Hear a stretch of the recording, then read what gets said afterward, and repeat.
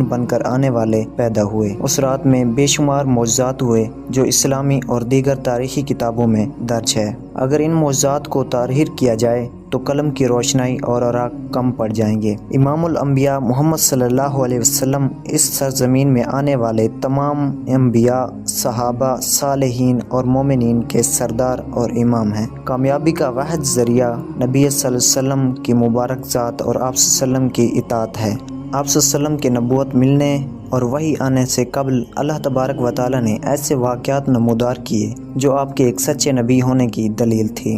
نبی کریم صلی اللہ علیہ وسلم کی ولادت سے قبل عرب میں خشک سالی تھی اور کھیتوں اور سرسبز و شاداب وادیوں میں خاک اڑ رہی تھی، لیکن جس سال نبی کریم صلی اللہ علیہ وسلم اپنی والدہ کے حمل میں آئے تو اچانک دنیا ہی بدل گئی۔ زمین سبز زار ہو گئی، درخت ہرے بھرے ہو کر پھلوں کے بوجھ سے دب گئے، گھٹائیں جھوم جھوم کر آتی اور خوب بارش ہوتی۔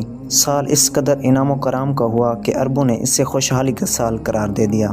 ایک روایت میں آتا ہے کہ آپ صلی اللہ علیہ وسلم نے فرمایا کہ میں اپنے باپ ابراہیم اور عیسی ابن مریم کی بشارت ہوں۔ میری ماں نے یہ خواب دیکھا کہ ان کے جسم سے ایک ایسا نور نکلا جس سے شام کے محلات روشن ہو گئے۔ جس رات نبی کریم صلی اللہ علیہ وسلم کی پیدائش ہوئی وہ ایک غیر معمولی رات تھی، جس کے متعلق آپ کی والدہ حضرت آمنہ فرماتی ہیں کہ مجھ سے ایک نور نکلا، میں نے دیکھا کہ اس سے شام کے شہر بصرہ کے محلات روشن ہو گئے۔ میں نے ایسی دراز قد عورتوں کو دیکھا جیسے کہ وہ عبد المناف کی بیٹیاں ہوں۔ حضرت آمنہ فرماتی ہیں کہ میں نے دیکھا کہ کچھ مرد فضا میں اپنے ہاتھوں میں چاندی کے برتن لیے کھڑے ہیں۔ اس روایت کو امام حاکم نے نقل کیا ہے، جس کے متعلق امام سیوطی نے لکھا ہے کہ جب حضرت آمنہ نے شام کے محلات دیکھے تو وہ حالت بیداری میں تھیں۔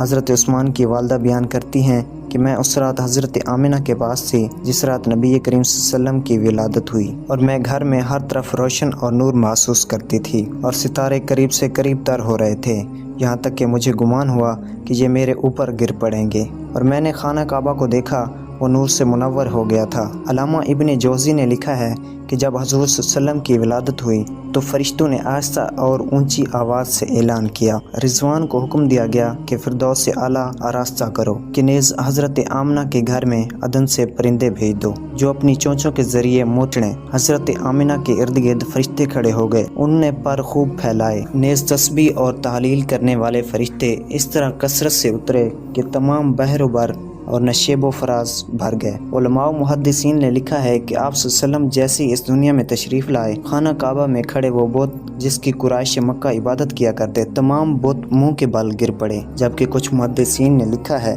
کہ اس رات دنیا کے تمام بت اوندھے منہ الٹ گئے۔ شب ولادت کسریٰ یعنی ایران کے بادشاہ کے محل میں زلزلہ آ گیا، اس کے 14 کنگرے گر گئے، بحر تبریہ خشک ہو گیا اور فارس کا آتش کدہ جو ہزاروں سالوں سے جل رہا تھا اس کی آگ بھی بجھ گئی۔ یہ وہ واقعات تھے جو ایک نبی کے آنے کی خبر دے رہے تھے۔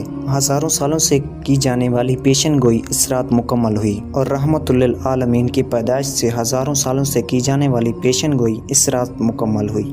یہ تھی کچھ واقعات جو آپ صلی اللہ علیہ وسلم کے سچا نبی ہونے کا پکا ثبوت ہیں۔ یہ تھی ہماری آج کی ویڈیو، امید ہے آپ کو پسند آئی ہوگی۔ اگر ویڈیو پسند آئی ہو تو ویڈیو کو لائک کر دیں، چینل کو سبسکرائب کر دیں۔ ملتے ہیں انشاءاللہ ایک اور ویڈیو میں، تب تک کے لیے